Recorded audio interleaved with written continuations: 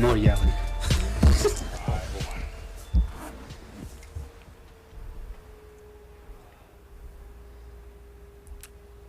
Welcome to another edition of In Between the Zone, ladies and gentlemen. I am Mr. Monday Night, your boy Drizzy Dre, Mr. One and Only, the man of 1,000 nicknames. There we go.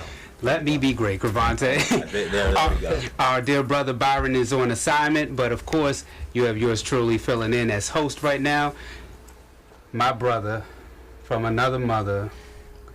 You better have some more enthusiasm with this. Well, you have enthusiasm when I have the 1,000 nicknames. I'm Mr. Monday Night. You know who the people came to see. Matthew Stafford, that's you. Matthew Stafford, that's you. Okay. Crevonte Hurt here, co-founder and senior producer of the Flex Zone. Follow me, Crevonte Hurt, CREVONTEHURDE. Facebook, Twitter, Crevonte_Hurt on Instagram. You seem unsure to spell your own damn name. D. Dre, first of all, you get the whistle. Because this is not In Between the Zone. This is the Flex Zone, episode 198. 2 away from 200, folks. And subscribe now to the YouTube page. And it is the first one. All right. All day, every day. And my brother, El Crawfo, Mr. NABJ. That's what they call him. We heard, man. Super Bowl champ. Hey! Right. Go for Shout out repeat. to the Philadelphia Eagles. Coach Right. Crawford, 10U coach of the Bowie Bulldogs. We're doing good. We're looking sharp. All right. Facts. And of course, like D said, we are episode 198. So subscribe to that YouTube channel. We are the Flex Zone Podcast. We are, The first one. put it right up there. Help us get to at least 200, ladies and gentlemen, as we are coming up on our 200th episode. Instagram, Twitter at the Flex Zone 1. And if you have any questions, ideas, or possibly want to be a guest, such as my brother El Crawfo, send an email to theflexzone1@gmail.com. Call in 301-429-WBGR. On this episode, we will talk about, we have Flex Talk. We'll get into the NFL, Goofy of the Week, and concluding Power Talk with Power Brian Waters. Okay. That's a lot to talk about. Hold on to your seats. It's going to be 5. All right, so we want to get right into our topics. Colin Kaepernick, yes, that'll be the first one. Colin Kaepernick is the new face of Nike's Just Do It campaign.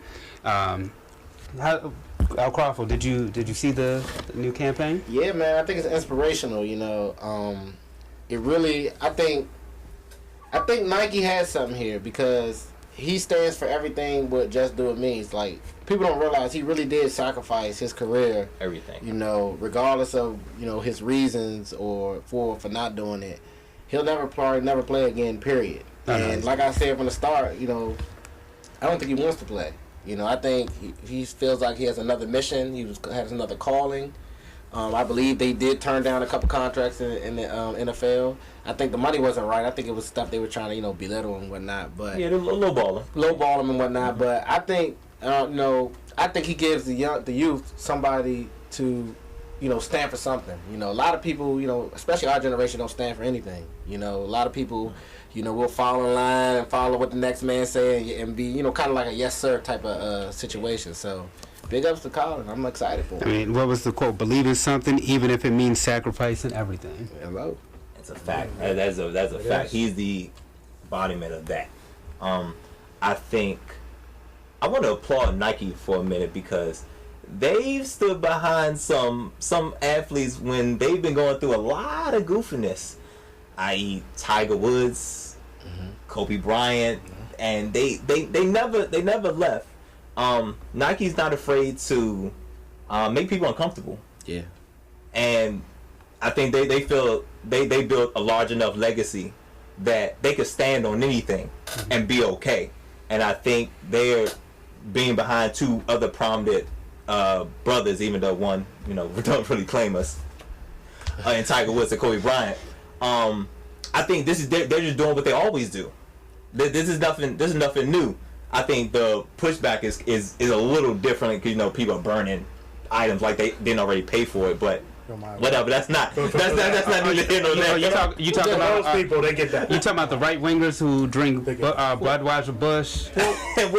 Whatever that is. But you gotta understand, Nike's not, this great citizen that stood up for him. Their marketing team is extremely smart. I mean, they had to know. I know they had to look in the numbers and see that Kaepernick had one of the leading selling jerseys and merchandise, and people got to realize there's more people for Kaepernick than against them. I mean, I think it's really a low crowd of people that are supremacists, but that are against them and everything. So, but I think it was smart, and I think it's a win-win for everybody. Exactly, and I think that was best for business. And to your point, look at you coming around with the wrestling terminology. I wouldn't go that far. You gonna do it with me, baby? You gonna do it with me? Come on, man. D, I'm sorry he interrupted you. I'm sorry. I apologize. Come on, give him the green for that. I apologize. Give us the too sweet, man. D, please continue your thought. Anyway, to Al Crawford's point, marketing is huge. They seen the age range that Kaepernick leads into. I love it, and like I said, for the people that's burning Nikes, you're stupid. Give them away to somebody, man.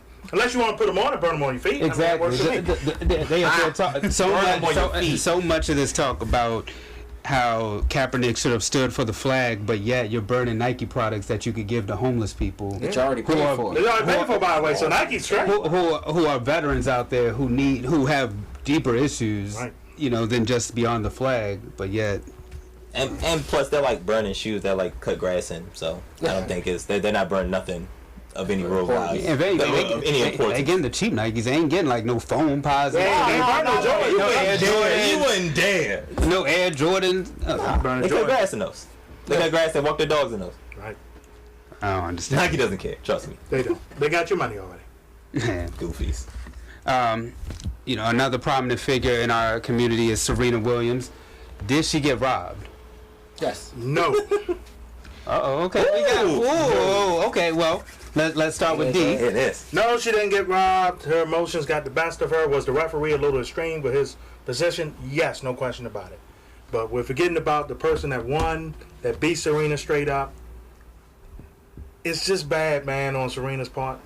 I know at the end she said she congratulated the girl for winning, but you can't look that way and losing. Man, and this is not the first time it's happened with Serena. Exactly, and I think people that really been following tennis will know that this is not the first time she's been getting I guess the questionable calls and big time matches. I mean, we know how the world really feels about Serena Williams outside the black community. And I think that she got robbed, she got hosed, but but at the end of the day, I think she did handle it, a little. She didn't handle it right. Little childish, it was a little childish, but. People gotta understand when you're an athlete and you put your heart, your soul. Oh no, that's what you get. And somebody cheats you, or you feel like you've been cheated, you gonna let them have it. I support her 100%. I think that people need to get off her back. She did congratulate the young lady. She did, told her. But like I said, again, we're focusing on her. Yeah. Someone else won the title. It wasn't Serena. But she hasn't won Wimbledon. She hasn't won the USA. But Serena might be the most dominant athlete ever of all time. Oh, no question. So of course the headline's gonna go with her. But I just hear you saying she did make it about. She made it about her instead of I mean, and like to Crawford's point, granted somebody else won, but sometimes we focus in on such a superstar when they lose that it does override the winner. I mean, think about the guy from Akron, for example. Yeah. First of all, you be respectful to King James when LeBron James, when Brady loses. Like you do focus, you do tend to seem to focus. Look at even when the Lakers lost to the Pistons that year. I mean, don't get me wrong, people gave the Pistons, kind of like they just do. But the big story was it was like 100 stories. All we knew it was over. Shaq and Carmelo, Carmelo and Kobe, Gary Payton. It was a lot of sub stories that had nothing to do with the champs. Only thing that people said Detroit was, they play basketball, they play defense. Well, what about Kobe and all that? So it went right back to the. Carmelo and Gary Payton was older than the Rolling Stones. They were. And it also helped that the Pistons really didn't have any superstars. It wasn't much to talk about. It was a really boring series. And the Pistons validated themselves. So let me ask you this: was the lady that won the tennis, was she a superstar? She a rising star. I mean, that's my point though. She wasn't like there yet, so like, of course, you're gonna run with the superstar. I mean, you always run with the negatives because the negative is what brings eyes, that brings traffic. The news story in all this will probably be, can Serena beat Naomi now because she's 0-2 against her? Yeah. Mm-hmm. But I also think too. I believe the umpire's name was Carlos Ramos. Yeah. Right. I think as an umpire, he got a little emotional too. He did. And I think I think he put himself into the match. Yeah. I think that's the worst thing you could do as any type of referee in any sport is be a part of the game and you be the reason why things go left or things go right. We see it in baseball all the time. All the you time. see when they throw somebody else, they call high strikes and low strikes, and then, nobody came to see you. I mean, that's what everybody. Right. I mean, that's the saying with officials. Like nobody comes to see you, so you throwing out superstars out of the game and stuff like that. I mean, it always does look bad, And the way he acted, people, don't realize that he was tripping. Right. Now, also disagree with Serena. She was saying it was sexist. Well, this referee has done this against Rafael Nadal, Djokovic, and other guys on the male end. So, but this referee has a history. But I just feel like I feel like it got real personal. Yeah, it got real personal real quick, and that was like it was. Everybody had their part in this, but the worst part is that the fans saw it, and we didn't get the show that we were supposed to get. So, and do the you think person she got? That won is getting the You think she got robbed? Yeah. I think she got robbed, but she had her part in it as well. And that's the reason I don't think she got robbed. When you play a hand in it. But my thing is to Crawford's point. When you as competitive and has your heart into this sport, you get that. I voted, bro. I think she got robbed. I think she got robbed too because I think that once she started getting those penalties, you could see it start again in her head. But she started getting frustrated. That's Serena's weakness, though, man. But the thing is, she almost came back and won. I was hoping she was. I think if she didn't have those penalties to kind of throw her game off, I think that she would have actually won that match. And in all this, Naomi was kind of like in a weird position because it's like I really didn't. Did I really earn this, or was it given to me? And then she had to apologize pretty much during the speech afterwards. Like, I'm sorry. And that's not fair to her. No. This isn't WWE. Nobody came and interfered. Nobody came with a chair and hit her. This isn't the New England Patriots and Spygate, where people are stealing calls or anything like that. This isn't the NBA. Hey, listen, man, controversy is controversy. This isn't the NBA with the controversial refs. No, she actually won fair and square against Serena. It was just a bad judgment call. And like you said, we see this type of stuff in sports all the time. She got fined $17,000 for those 3 penalties. Which is nothing. Chump change. Yeah, for Serena, she got down the couch. But I think something else that may have gotten to us, this racist cartoon that's circling about. I don't know if you guys saw it earlier. I think it was in the Miami Herald that showed the cartoon of Serena Williams. They showed Serena kind of like as a black woman with big lips, big facial features. But that's my point. Like, that on that day. I feel like in every match that Serena has, especially the ones where she loses, it's always a racial either comments through the social media. You remember that one time when they were talking about her big old hips and all that stuff and her body, and they were trying to like body shame her. Yeah, I know. So I think, or they were saying she was manly. Remember? That was the craziest. I think they always. That's why I'm saying, like, she has every right to feel that way because I think in a way, I mean, it always seems like that people have something against her bigger than tennis. Per se, you know what I'm saying? I could see if she was a big time jerk, something like that, but to me at this point, Serena has nothing else to prove. She is the best women's tennis player ever, period. So Venus gonna go down as one of the top 5. She still needs to break the record though. Yeah. We would all love for her too. We would love for Tiger Woods to break the record too. But Tiger ain't doing none of that. He might get some more claws broke on his head. I think Serena, as we all know, has a bigger fight outside of the tennis court. No question. Which is why I think she puts so much into this tennis court because that's her safe haven. That's how she gets away, and then she got to turn around and see this goofiness in the paper. So does she need to take more time off, or should she just go right back into tennis? It seems like she gets to the final in these last couple and hadn't been able to really get through. Persevere.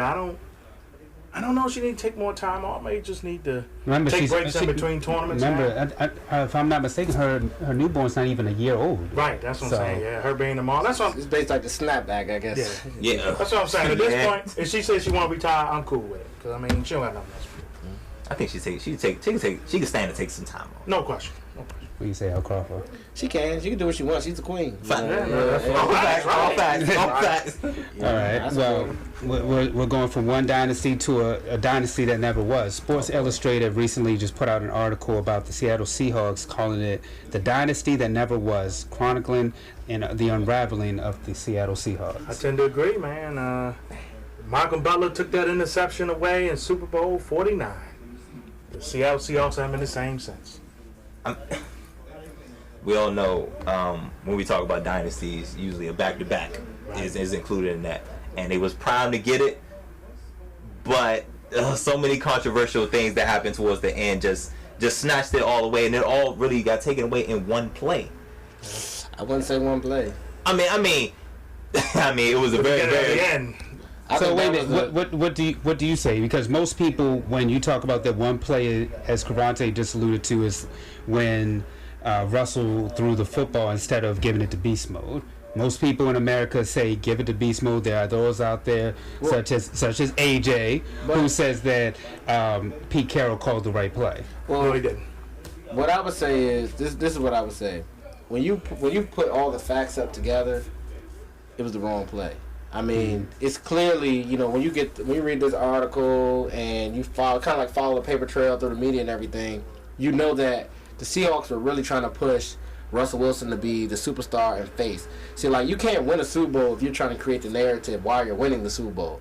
Everybody in the world knows that you have to run at least the first two times with Marshawn Lynch, and I think it's inexcusable for them not to do that. That's when he got 5 yards on first down. Yeah, so that's one. Like, everybody in the world knows. I mean, we can almost say it's 99.9% sure if they hand the ball off to Marshawn, he gets it. When Russell stepped back, I said, "What are you doing? Yeah. What are you doing?" And so, and then when you go in depth of the article, you know that this was crashing or burning before they even got to the Super Bowl. And I mean, I'm surprised they kept it, all together that long. Richard Sherman, in the article, you read it for yourself, people. Richard Sherman was basically on record saying that he didn't think, Russell Wilson was that good. Matter of fact, he used the word you suck in practice. It was the Seattle defense. It was basically kind of like the Ravens, where you had the defense versus the offense. I mean, and they should push you, man. You can get bands down. You know you good. It's never good. And it's never good to have that kind of turmoil. Yeah, it's never good to treat people. I mean, the great Jimmy Johnson always says, you can't treat everybody the same, but what you can do is treat everybody fair. And I think that the way Pete Carroll treated Russell Wilson probably wasn't fair in a lot of the eyes of the defense. And the defense is what carried them. I mean, don't get me wrong. Everybody knows when the defense got weak, when Cam Chancellor got hurt for a couple seasons during the season, or Earl Thomas get hurt, that defense wasn't the same. Sherman got hurt. Any of those missing pieces get hurt. Now, don't get me wrong. I believe that if Russell Wilson got hurt, I don't know if they get to the necessarily win the Super Bowl. But that defense was lights out for a good 2 or 3 years, no question. All facts. Look, I mean, it is what it is. I mean, most of them at this point are gone. Sherman's gone. Bennett's gone. Earl tried to leave. Earl Chancellor retired. Avery retired. So I mean that defense came back, but he had to leave. That defense isn't what it is, and at this point, I mean, you wonder is Pete Carroll's job going to be on the line at some point? He's on a hot seat. As a USC fan, he's on a hot seat. I see him when they played Texas in the championship game, run Lindau right on fourth down, where he should have had something for Reggie Bush, and I'm like, I think you haven't learned your lesson, Pete. I think he's on a hot seat because I think he doesn't have the locker room. Well, I think that's why they got rid of all of them. I mean, I think it wasn't. I think the Seahawks GM knew that those dudes were savages in the locker room. Savages. And they knew that. I knew they knew they couldn't stick around. I knew Pete Carroll knew he had enemies in the locker room within the defense that were, ready to blow up. Revolt. So I think he got rid of them, to get some fresh faces, new blood in there. Market the team around or shake the team around Russell Wilson, which he's doing, as you see. Yeah. And I think they're gonna reload. They got a lot of young stars, young up and coming stars in that defense. They still got Bobby Wagner. I mean, they still got Earl Thomas. You caught a pick on Sunday. So I mean, I think the Seahawks, they're trying to retool. I don't know if they'll get it done, but I think Pete Carroll got another 2 or 3 years. Is this something like what the Ravens tried to do with Yeah. It is. They're reading all of them, getting them out of here. Yeah. So Harbaugh can have his locker room. And what they do? For his to himself. Didn't do so well, did they? Yeah, you see, like you said, I mean, that's honestly the best example that I have. I think if they would have won, it would have cured. Like I don't think much would have can't come out. On that part, I have to disagree with you because, like Brandon was saying, not only just reading the article, but when you just follow the narrative of the story, this thing was bound to break anyway. So, had they won the Super Bowl or not, they could have. I mean, who knows? After the Super Bowl, they probably would have blown up. They probably still would have blown up. I mean, as you say, winning may get you there and cure things, but you know how teams do in the NFL. Typically, what happens after they win a Super? As you saw with the Ravens, you win a Super Bowl, you can't keep all those elements. But it's different because Seahawks won the Super Bowl and got back. But you know what? It kind of reminds me of. Not only does it remind me of Flacco. It kind of reminds me of the Philadelphia Eagles with Donovan McNabb and Terrell Owens. Oh, yeah. When Donovan McNabb and Terrell Owens, the minute that Donovan McNabb told Terrell Owens to shut in the huddle, that kind of changed the starting of the end of their relationship. They said from that point on, I think it was like week 2, from that point on, they didn't talk for the rest of the season. Wow. And then, which led to the big showdown with Hugh Douglas, the fight in the famous fight in the locker room, and then Terrell Owens turns around and says, "Who's next?" After he thrashed Hugh Douglas, and allegedly. In his history, he loves to fight, don't he? Yeah, he loves to fight. No facts. But T.O. is a different animal, man. That dude is, he's 6'3".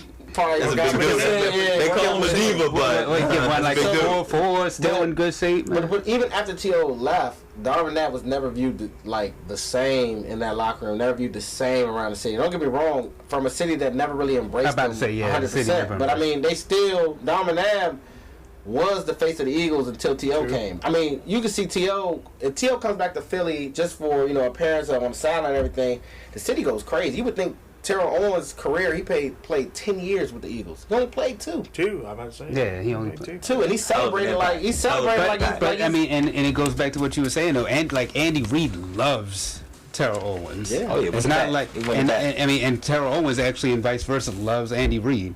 They still say that that's one of the best relationships that they've had on both sides together. Yeah. To conclude this segment out, we're going. Aaron Rodgers says that the Packers are the new America's team. I wouldn't go that far. But it ain't the Cowboys no more. I will testify to that. No, I think it's perfect. That's the Cowboys. With all the goofiness that's going on in this country, I think it's perfect that the Cowboys are America's team. Because they represent America. No. I still don't understand. I don't understand how the Cowboys still have a time slot at 4:00 calling it America's game every. I don't never get that for the life. Football this week, man. Forget the 4:25 late game. Everybody knows this is Jerry Jones' league. So I mean, Jerry Jones will always have America's team because Jerry Jones is probably outside of what Al Davis, God rest his soul.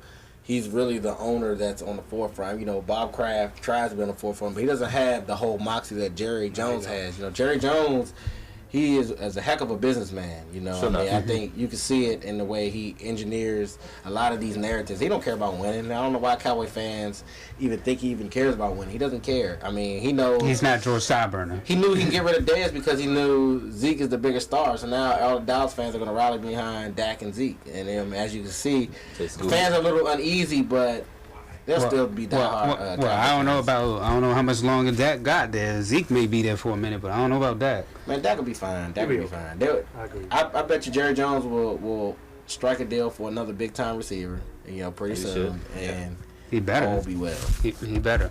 All right, guys, we're going to take a quick break, but on our way to break, we want you to go to what, D? The Twitter. And ask you guys, when will Le'Veon be back with the Steelers? Week 2, week 5, week 10, or he's just going to set out the rest of the season? Sit out, baby. If they keep tying games, sooner rather than later. Week 2. Week 5. All right, guys, this is the Flex Zone. Make sure y'all stay tuned. We'll be right back.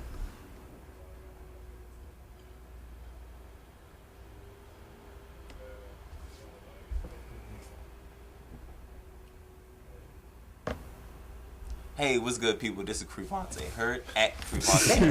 Heard. Talk about that. HURDE.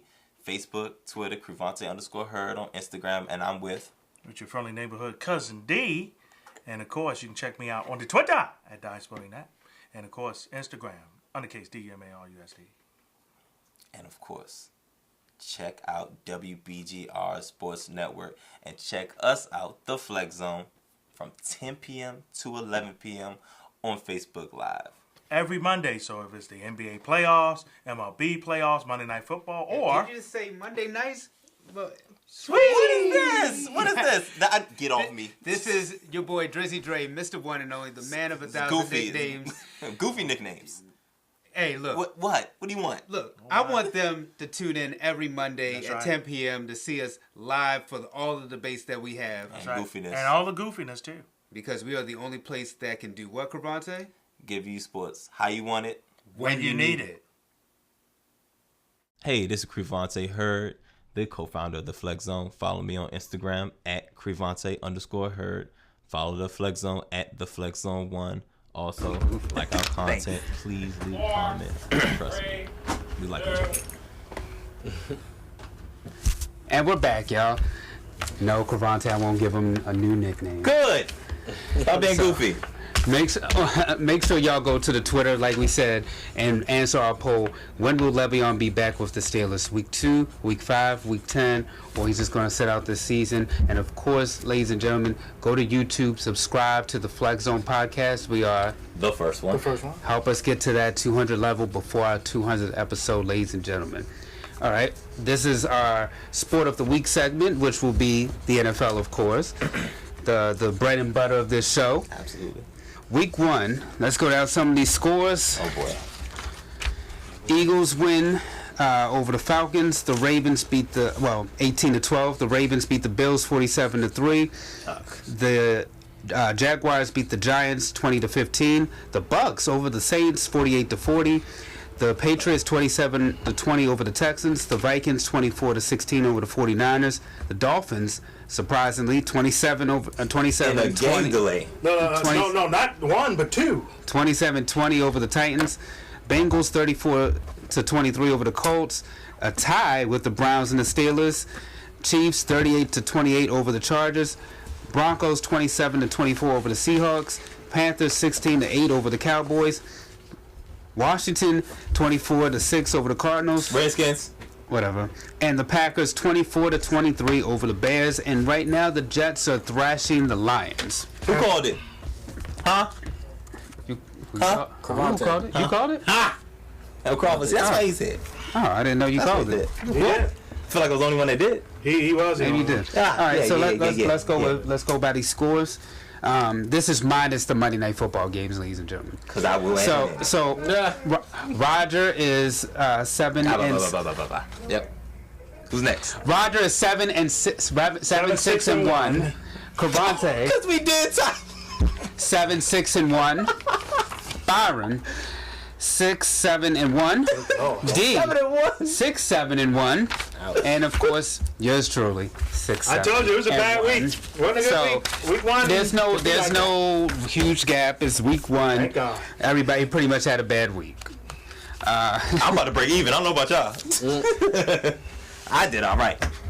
And we still got the Rams game to go. So, of course, since we have our prominent guest and defending Super Bowl champion Eagles, what are your thoughts about the Eagles week 1 and moving forward with the rest of the season? Well, I think the Eagles are in good shape, especially in the NFC East. I didn't see anything through the week 1 that make me nervous about the NFC East. I knew the Dallas was going to be trash. Oh my gosh. They're showing that they are. I think the Giants are going to get better as the season goes on. I think once their offensive line settles down, a lot of people, they like to, right now use Eric Flowers as a whipping boy, but he's not that bad as long as you don't have a speed rush, power move, club. That means he's horrible. He's terrible. He's terrible. Unless he times the snap, Other than that, man, You in the huddle, man. Yeah, other than that, he's a pretty good player. Leave him one-on-one. Other than that, he's okay. Yeah, other than that, the Eagles. The Eagles leave him one-on-one. But the Redskins, they had a very good week 1 against the Cardinals, but I don't think the Cardinals, as long as Sam Bradford's quarterbacking the team, I don't have any faith or any type of thing. But I think the Eagles, the thing that I think impressed me the most about the Eagles is the fact that we had so many starters out. Alshon Jeffrey, we had Timmy Jernigan, we had how could I forget Carson Wentz out. And I think those are not just regular names. Those are people that are going to supposed to contribute for the for the whole season and make the Eagles a great team. And I think Nick Foles played horribly, and we still were able to turn a defensive game into a win. I think Nick Foles threw for 117 yards. 117 yards for the whole game. Julio Jones was playing out of his mind. But the thing about it was, when it came down to the red zone, bad play calling or not, we shut down the plays they called. You call better plays, At the end of the day, you got to execute. So that wasn't a touchdown to you? What? Julio Jones in the end zone? Well, I mean, What at the end? Yeah. No, you mean the 52-yard catch? I'm surprised you. I mean, the thing about the 52-yard catch is, I mean, when you're sliding on the ground, at one point, It's tough with the ball movement, So I mean, I think that's a 50-50 jab. I'm thankful that it went the Eagles' way, but I couldn't be upset if they reversed it. I think it was a bang play. It's basically how you view the catch rule. And the Nick Foles, man, he has proven he's a winner. He's garbage. He's garbage, but he's a winner. He knows how to win. Not mess up. And Matty Melt don't know how to win. It's clear that Matty Melt don't know how to win. He can't get the job done, and I'm not a believer. Brother's overrated. See, I think this is my. I'm surprised you're saying it because you keep talking about your dog. No. I said Matthews. His dog is better than Ryan. I was going to say Matthew Stafford. Matt Ryan's overrated.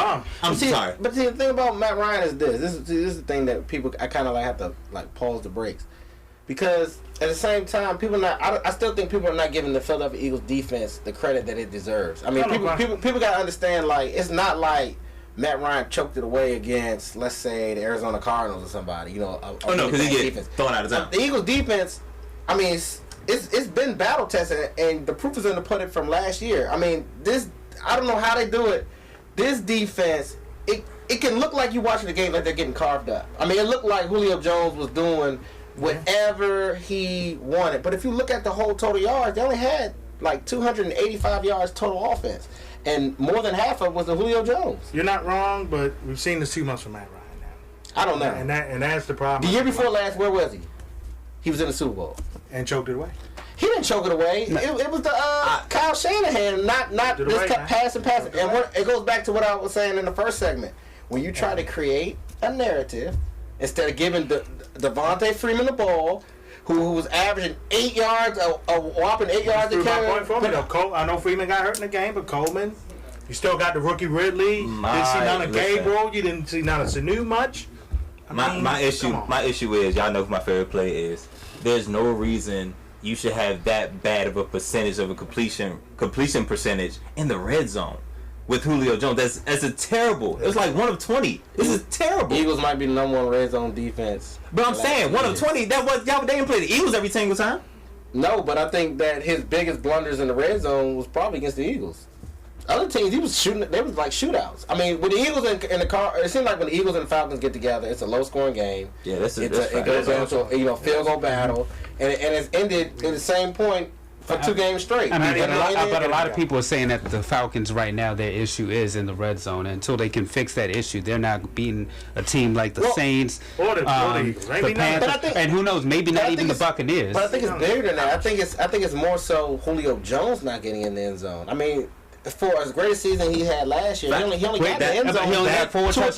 He had 4 touchdowns total. It was only 4 touchdowns. So I think more so than anything, they got to get Julio Jones in the end zone. And I don't care if it's from 80 yards out or 8 yards out. Yeah, he has to get in the end zone. We got to move on, but great he is. You still got Sanu, you still got Gable, got Coleman, you got Freeman. So I mean, guys you got to use. A guy asked about another team in the NFC East, Washington. You guys got a W this week. I didn't have much. I didn't have much. You went off on Facebook? No, I was chill. I was chilling. It was a surprise. The biggest thing about the Redskins, what I was concerned about, is our defense.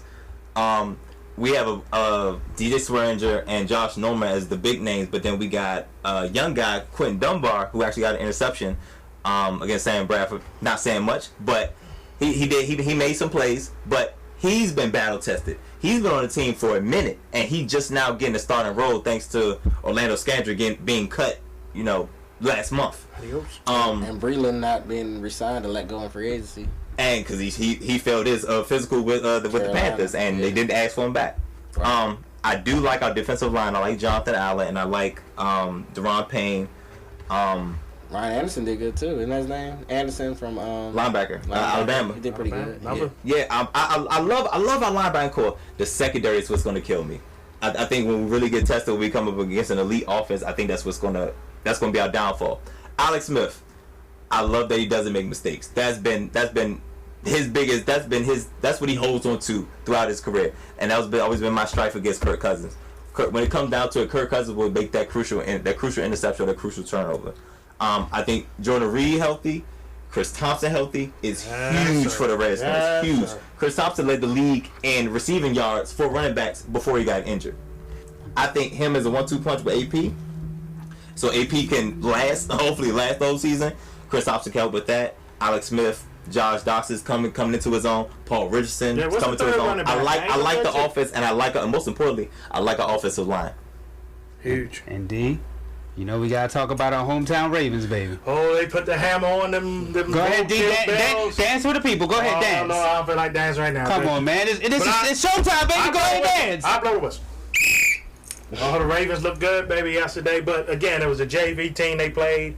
Peterman, Mopperman, whatever the bum name is, he should have never played. Zero rating. I have a zero rating. How do you have a zero rating? How can you do that? You know how hard that is? I ain't never heard no foolishness. You know how hard that is. Like I said earlier, if they even if you try, if you got a rookie and a bum on the team and they even, or the rookie's low head, let the rookie start, man. Yeah. Get it out the way, let the man start. See, look, I mean, Buffalo. I'm gonna give the Ravens their problem. I think the Ravens. This is the type of opening game the Ravens needed. No question. I think last year, or even the last 2 years, the Ravens have been in a situation where they've kind of let the city down. I mean, it's something that Baltimore fans are not used to being, getting whooped, down the stretch, not being able to score, defense getting, rammed down the field. So it was good showing that they actually took a team behind the shed and gave them that, that work. Facts, because that's what it was. Buffalo, oh my God. Like, what in the world? That was bad. Sean McDermott That was bad. might just be the worst coach. Get him out of here, please. Since Chip Kelly. And the thing that really irks me, the reason why I have to call him out is because you traded a Tyrod Taylor who was moving the ball and actually making you guys respectable on offense for a guy who you benched Tyrod for had a horrible game. His first game had 5 picks. Somehow, some way he wins the QB battle. They trade AJ McCarron. To Oakland. It's like I'm convinced Sean McDermott is Nate Peterman's father. The team has to. It has to be. I've been wrestling since Kyle Bowler. That's his pop. No, we gotta roll on with Mike quick, man. That was goofy. The Ravens weapons of Snead, Brown, and Crabtree look good. Looks good, man, and the running back look good. Yeah.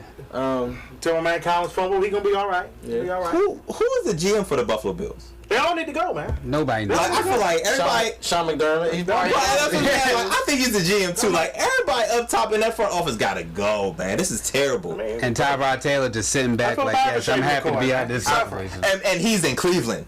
That's saying a lot. Right. Exactly. I'm happy to be out of this situation. I'd rather go to Cleveland. That's crazy. They want him out of town. Man.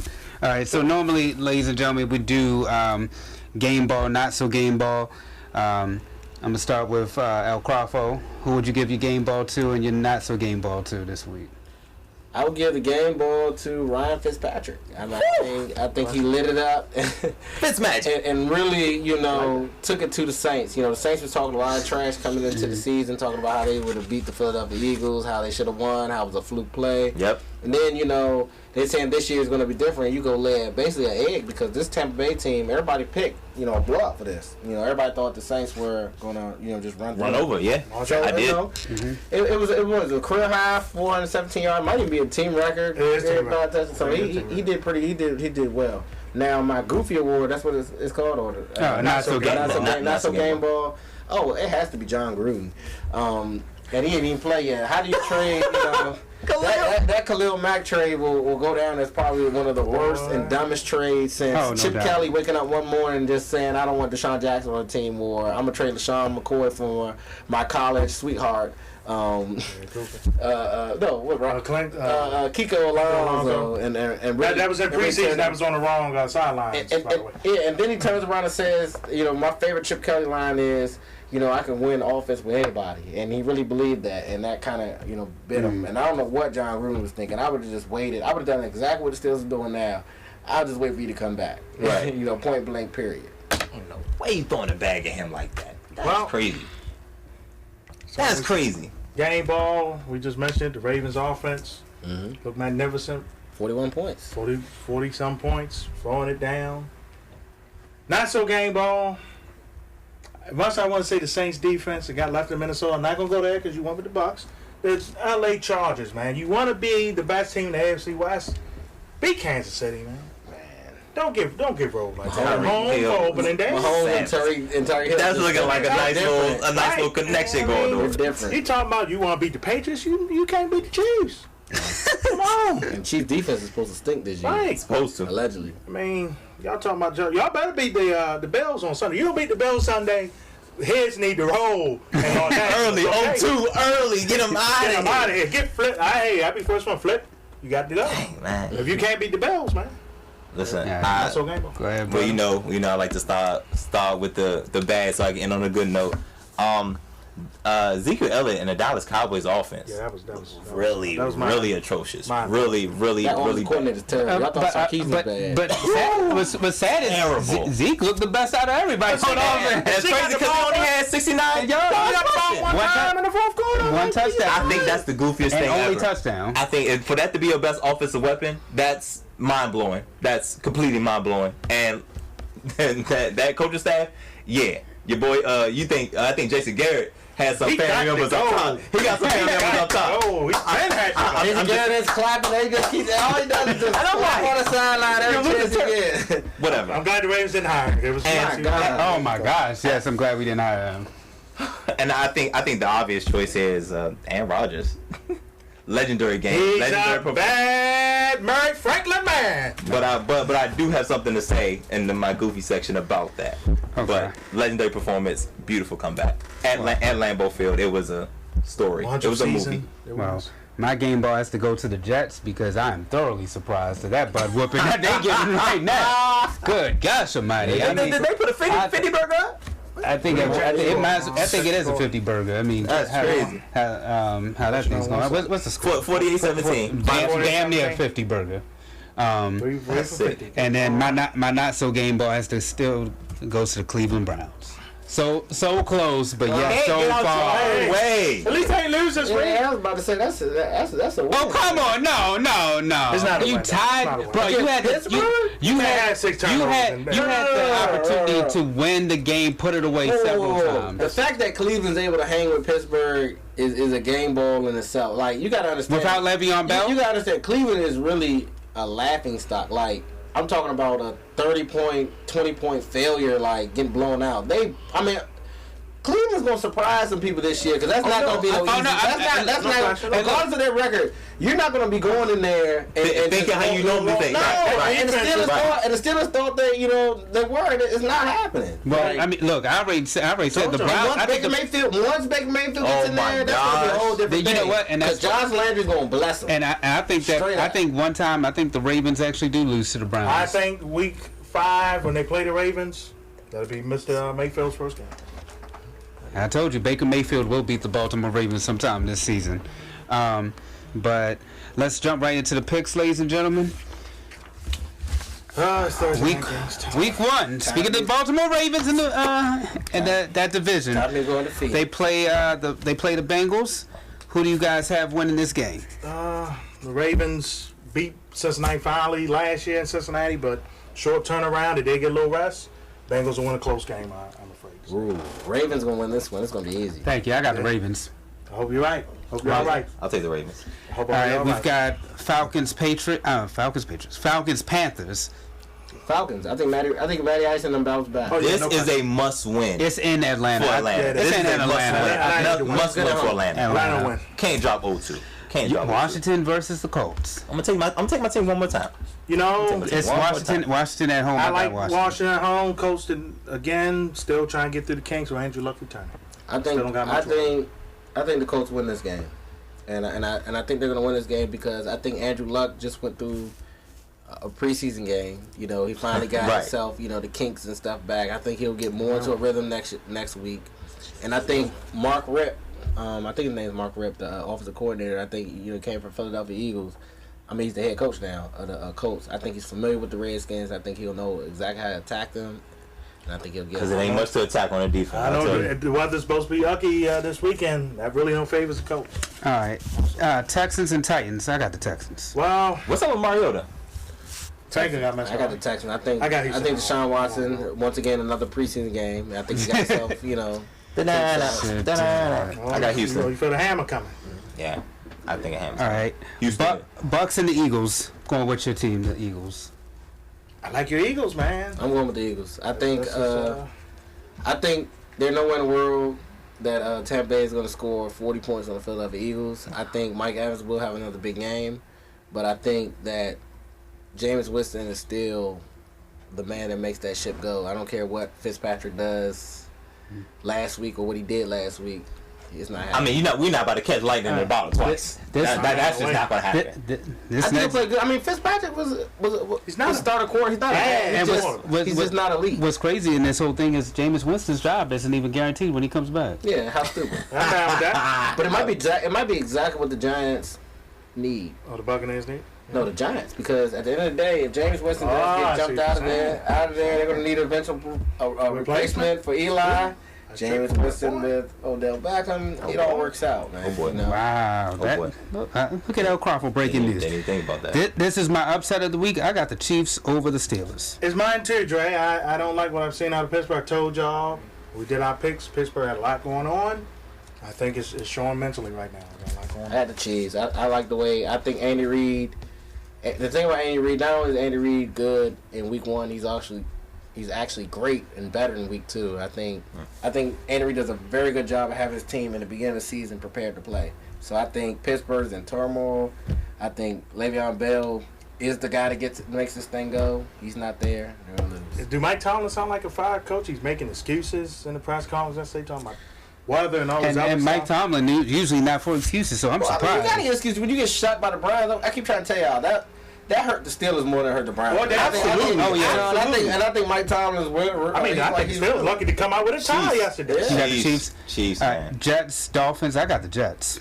Jets. I'm gonna go with the Dolphins. I think this Dolphins team is better than what people think, and I think This will be a close game. I'll show you that because these two rivals. Tannehill makes a difference. But I like the Jets. I like the Jets. All right, Bills at the Chargers. The The Chargers got to win it. Like you Ain't said. no way. Go up to Buffalo and handle your business. Please, Yeah. Flip. Packers, Vikings. I Game of the got. week. One of the games of the week. It is. One of the I like the I- Batman. I do. I like the Vikings. How healthy is he? I got. Somebody say bad? I got the. Somebody say bad, man? Dang, this is tough. Aaron Rodgers. This guy, man. I got Raj in the Uncle house. Raj in the building, man. I got the Looking Vikings. like Bob Saget coming in. I think Kirk Cousins has a very good history versus the Packers. You know, from his Redskin days, he always lights him up, always carves him up. Yuck. I'm going with them. It's at Lambeau Field. Going with the It was Packers. in Minnesota. I would All agree. right, Browns and the Saints. This one will be the test. This is my upset. I got the Browns over the Saints. I can see that because the Saints have Ain't started marching 0-2 in. for the last 4 years. Ain't no way But they're going 0-2 I like at the Saints at home, but in a close Ain't no game. way This they're will going not. 0-2 at home. This will not be a You know shootout what? game. I'm going with the Browns as well. Ugly. Going with the Saints All at right, home. Lions and the 49ers. I got the 49ers. Anybody but the Lions, yo. This is another beatdown, and I have to get back on track. This is the doodoo bowl. It's only a beatdown. And this is the game for Jimmy to get back on track. This is a bum fight. I got the 49ers. I got Rams, Cardinals. I got the Rams at home. I like the Rams too at home. Not da-da-na, da-da-na, da-da-na. Well, all right, Patriots, Jags. Jaguars. I think they'll get them. This time at home? I think. I know I doubted Tom Brady last week. I think they'll. I think and they'll I apologize, Tom. I think they'll let Blake Bortles actually throw the ball. He has to. What's up with Leonard Fournette? Yeah, He'll play. if Fournette don't get out there, the have Patriots will roll. If he gets out there, the Patriots want to I'll go with the Patriots. Patriots, man. I'm a look just for Byron. I'm gonna roll with the Jags this week. Raiders and the Broncos. No, I'm going with the Broncos. It's at home. Well, the Raiders are not gonna be that bad, y'all. No, they're not gonna be bad. know. But it's something about when you play in Denver. Yeah. And Denver defense is rolling right now. But can't hold the ball like they did yesterday. They got away with it yesterday. Cowboys and the Giants Sunday Night Football. I like the Giants. I'm going with the I like Giants. Eli. Giants traditionally do well in Texas. in Yeah, Dallas. I like Eli. They do well in Texas, don't Yeah, they? he actually signed the first game they played in there when he won. Yeah. You know, so. He did open the And then stadium. don't forget Odell had that famous reach back like 1-3. I thought it was in New York. But that was in New York, but it wasn't. Oh, it wasn't. No, it was my fault. Odell may have a big game. I'm mad that this is Monday Night Football, y'all. Bears That's a and good the one. Seahawks. I'm gonna take the Bears. I'm taking I like the the Bears. Bears too. The Bears I like the too. Bears. That's funny. We all taking I the think the Bears. Bill Mack and company gonna make Russell Wilson life wishing he was back with Sierra. He's gonna right. be on his back. Wow. Ladies and Don't gentlemen, say that. this concludes our Week 2 picks. We're going to take a quick break. On the other side of this break, we will have Goofy of the Week as well as our segment with Brian Power Waters. This is the Flex Zone. Stay tuned. What's good, everybody? You already know who it is. Drizzy, Mr. One, the man of Brian the out from names. And all I'm saying is go ahead and like our Facebook page, The Flex Zone. You see us every Monday at 10 p.m. on WBGR, so you might as well go ahead and hit that like button for me. Not asking for much. Hit that like button. You already know what it is. What's good, everybody? This is Drizzy Dre, Mr. One and Only, the co-founder and executive producer for The Flex Zone. Go ahead and subscribe to our YouTube channel, The Flex Zone, to catch us each and every week. All the craziness that you may have heard or you may not have heard. Go ahead to YouTube, subscribe, The Flex Zone, to catch us. Hey guys, this is Crevonte Hurd here. I am the senior producer and co-founder of The Flex Zone. Follow me, Crevonte Hurd, at CREVONTEHURDE, Facebook, Twitter, Instagram, Crevonte_Hurd. I am the voice of reason on the show. I point out all goofiness when I see it, and trust me, there is a lot of it. Check us out. Ain't that right? Come on, man. Get out of here. That's what I'm going to do. That's what I'm going to do. The goofiness. There it goes.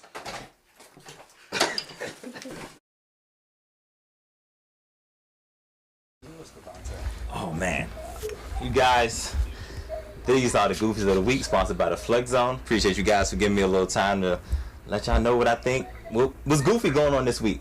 I'm gonna keep it short so we get Brian Power Waters on. I'm gonna run through my 2 Goofies of the week real quick. This is a little different, guys. I'm gonna say the Packers versus the Bears. I think it was goofy because I don't think you could tell a better story than what I just saw. And I feel like the NFL is going more and more entertainment on me. I mean, look, Aaron Rodgers gets hurt early. Bears offense, Bears defense looking amazing. Aaron Rodgers, the hero, the great, goes down. He goes to the locker room. It looks bad. It looks terrible. They put Deshaun Kaiser in. There's no way they're gonna come back. They're down 20-0. There's no way. Who comes limping out the locker room on one leg? He sprinted. He did. I'm like, and I felt like it was music. I'm like, wow, he's not gonna play. He had his helmet on, and I just felt when he was on the field, it was different. It felt different. They could block better. Only catch off. They could block better. They were catching passes. Devontae Adams woke up. Like, I mean, Blugel actually hit Mac in check. Ryan Cobb, like it like he literally turned on a light switch. Oh, he woke up. Woke a sleeping giant. He had a legendary game. Not taking enough from Aaron Rodgers, but you sold me a movie on Sunday Night Football. I'm not mad at you, but I see what you're doing, NFL. Stop it. Okay. All right, number 2, real quick. Steelers and the Browns. My Lord. The Browns just can't get out their own way. I mean, don't get it wrong. Crawford was right. This is as good as we gonna get from the Browns. I mean, they didn't lose. They won that game. They didn't lose opening day, but they tied. I mean, I just felt, I don't know about y'all, but when they signed up, I mean, when they set up for that field goal, I just knew something was gonna happen. I didn't know what. I didn't know if he was gonna miss it or get it blocked. I just felt they're gonna mess this up somehow, some way. And I've never seen a team in the Pittsburgh Steelers so eager to give away a game or try so hard to give away a game. I mean, 5, 6 turnovers. 6 turnovers, 5 on the. You're not supposed to win games like that, and they didn't. But unfortunately, I guess tying is better than losing. I guess I don't know. But they're telling me that the Browns haven't won an opening day game since 2004. This is their best start since 2000. Let me go down a couple things that went on in 2004. College dropout. Whoa. Wow. When Kanye was Kanye. When Kanye was Kanye, because he's not Kanye now. Sunken place, ladies and gentlemen. MySpace was a year old. Huh? Facebook just launched in February. Bush got reelected. This is George Walker. Gangster. George W. Got reelected. Should be Gangster Walker Bush. And Napoleon Dynamite, Anchorman, good movies, very quotable movies. And last but not least, gotta leave it on a football note, the Janet Jackson malfunction. Wow. Oh, Justin Timberlake. Oh, sound like 04 was a good. 04 was alright. 04 was I do alright. one more. I was a senior in high school. Oh. Nobody believes that. Nobody believes that, Senior in high school. But maybe about to get your senior citizen card. Dang it, That's 04. about mushroom here. Anyway, the Cleveland Browns and the Steelers, and who's my other goofies? I forgot just that fast. The drama in the Green Bay Chicago. The stories you guys tell me. You talk about get your popcorn ready. Aaron Rodgers, you guys are my goofies of the week. And last but not least, there's a thin line between goofy and great. Y'all on the wrong end of it. There you go. Well, that's been the goofies of the week. Let us go to Brian Power Waters to talk about the season finale of Power. Yo. Man. Waters, what is going on, brother?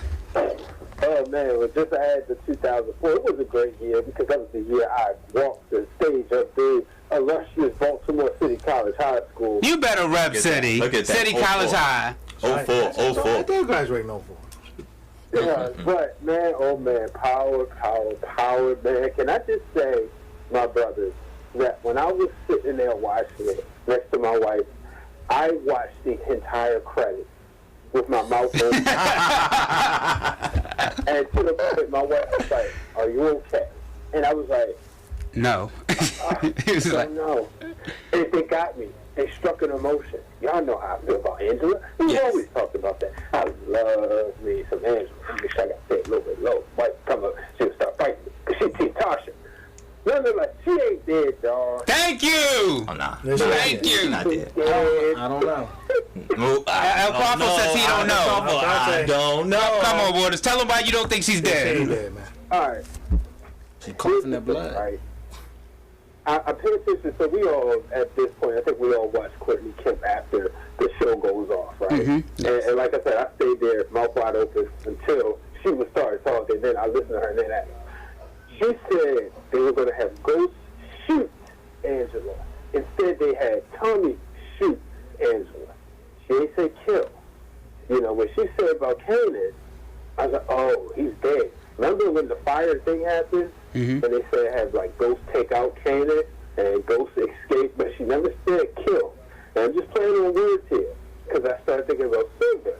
Now, some people, I was talking to my best friend and she was like, no, I don't think Silver did because all he did was L him out. And I'm like, wait a minute, but Courtney Kemp said he killed Silver. So, but she didn't say he killed.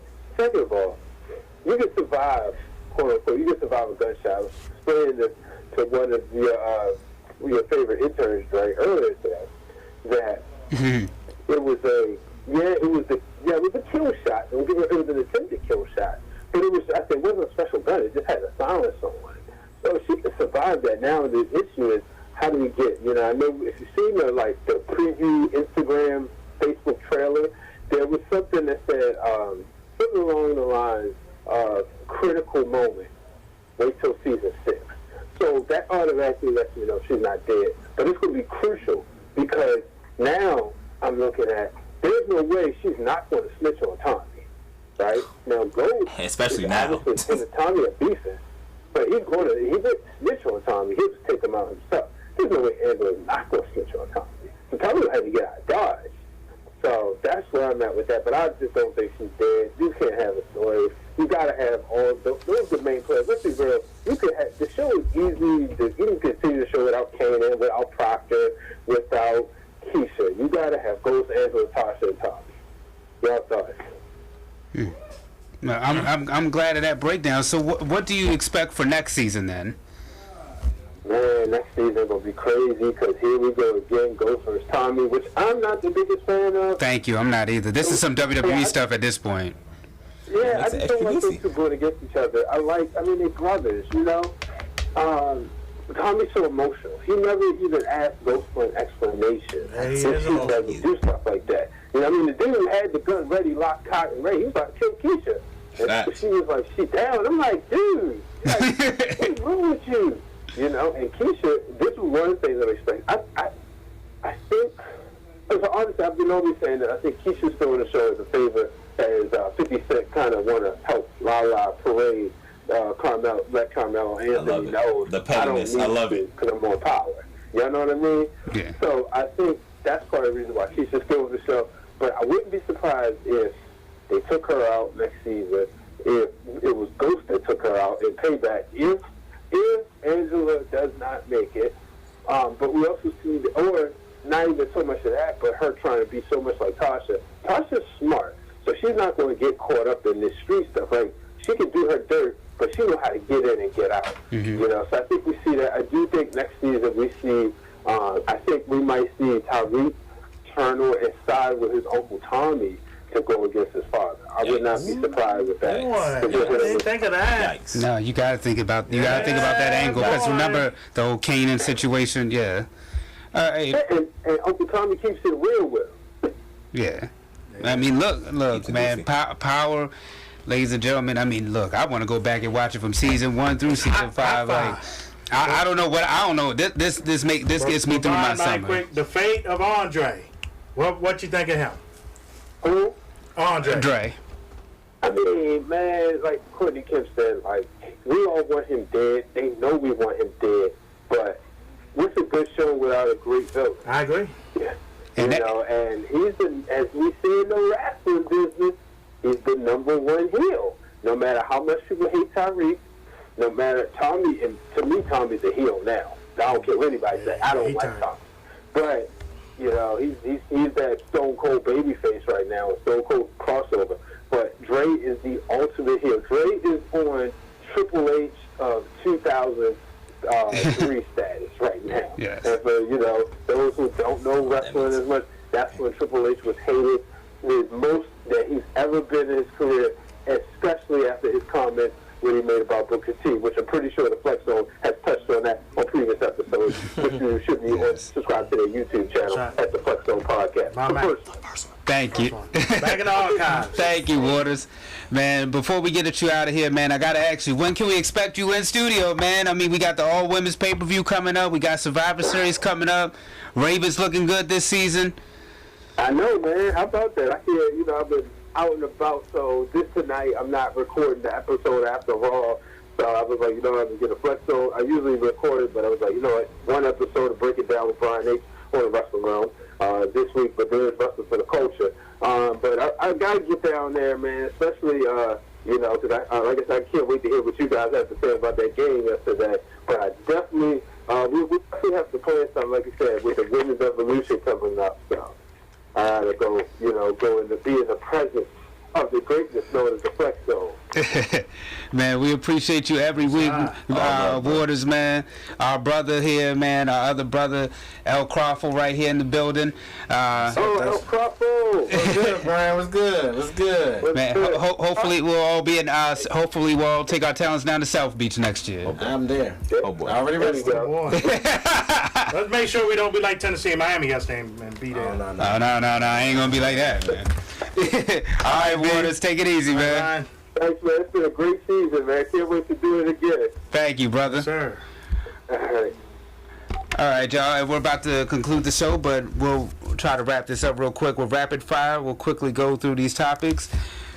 Will Serena break the record? Currently, she's at 23. The record is 24, held by Margaret Court. Yes. So Jarvis Landry wants a big banner of him in Cleveland as LeBron's "I'm a winner, love it or hate it," wanted him to be the next king of Cleveland. Man, you better get out of here. Get out of here. They need somebody. I love it. They need somebody. I love it too. When will Le'Veon Bell be back? Week 3. I don't know, man. Week 5. I say week 5. Week 3. When do y'all play the Ravens? I mean, when do the Steelers play the Ravens? I want to say week. It's week 4. It's week 4. It's week 4. That's what I say. Week 5. But he got to come back before that. He good.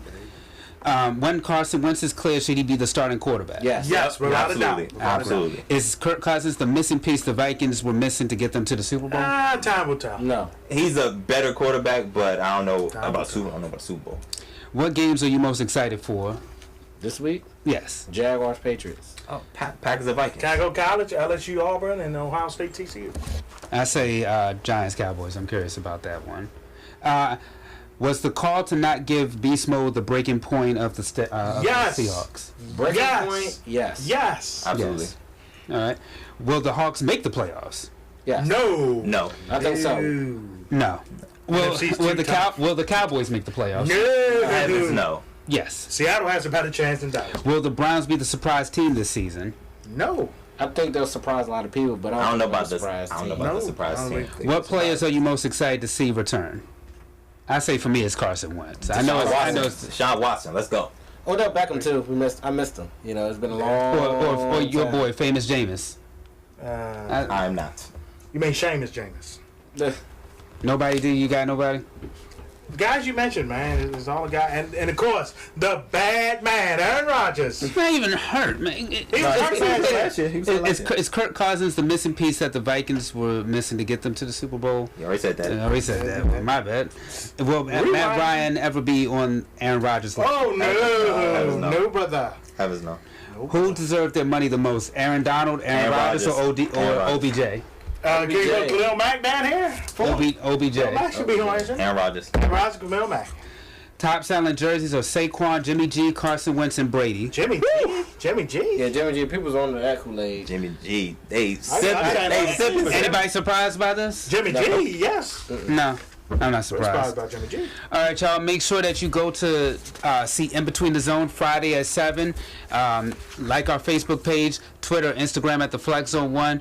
If you have any questions, ideas, or possibly want to be a guest, send an email to theflexzone1@gmail.com. We are doing our weekly NFL picks with guests each and every week. So make sure that you go ahead, send an email, let us know whether or not you'd like to be on the show, and we'll have you right here in the man cave.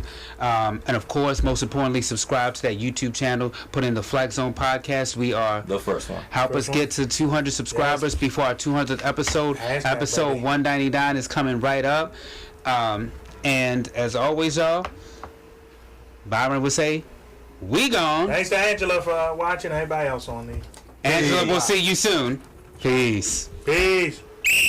Oh gosh, with the damn whistle.